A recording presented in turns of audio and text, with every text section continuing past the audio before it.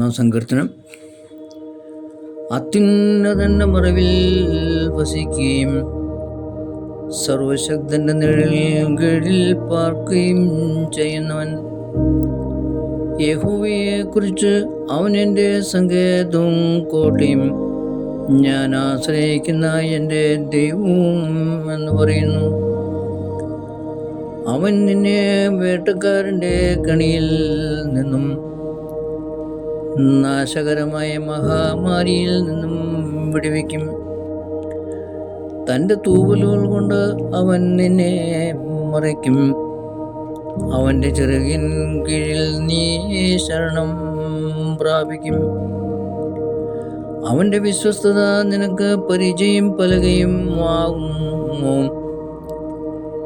രാത്രിയിലെ ഭയത്തെയും പകൽ പറക്കുന്ന അസ്ത്രത്തെയും ഇരുട്ടിൽ സഞ്ചരിക്കുന്ന മഹാമാരിയെയും ഉച്ചയ്ക്ക് നശിപ്പിക്കുന്ന സംഹാരത്തെയും നിനക്ക് പേടിപ്പാനില്ല.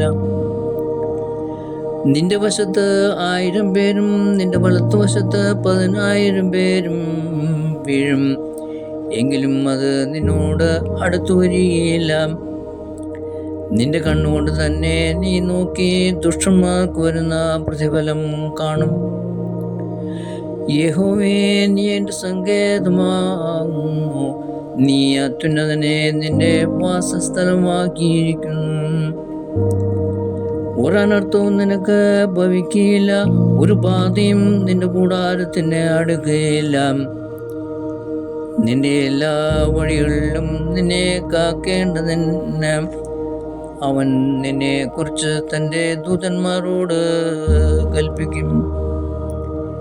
നിന്റെ കാൽ കല്ലിൽ തട്ടിപ്പോകാതിരിക്കേണ്ടതിന് അവർ നിന്നെ കൈകളിൽ വഹിച്ചുകൊള്ളും. സിംഹത്തിന്മേലും മണലുമേലും നീ ചവിട്ടും. ബാലസിംഹത്തെയും പെരുമ്പാമ്പിനെയും നീ മെതിച്ചു കളയും. അവൻ എന്നോട് പറ്റിയിരിക്കയാൽ ഞാൻ അവനെ വിടുവിക്കും. അവൻ എൻ്റെ നാമത്തെ അറിയാൽ ഞാൻ അവനെ ഉയർത്തും. അവൻ എന്നെ വിളിച്ചപേക്ഷിക്കും, ഞാൻ അവന് ഉത്തരമരുളും. കഷ്ടകാലത്ത് ഞാൻ അവനോട് കൂടെയിരിക്കും. ഞാൻ അവനെ വിടുവിച്ച് മഹത്വപ്പെടുത്തും. ദീർഘായുസ് കൊണ്ട് ഞാൻ അവന് തൃപ്തി വരുത്തും. എൻ്റെ രക്ഷയെ അവന് കാണിച്ചു കൊടുക്കും.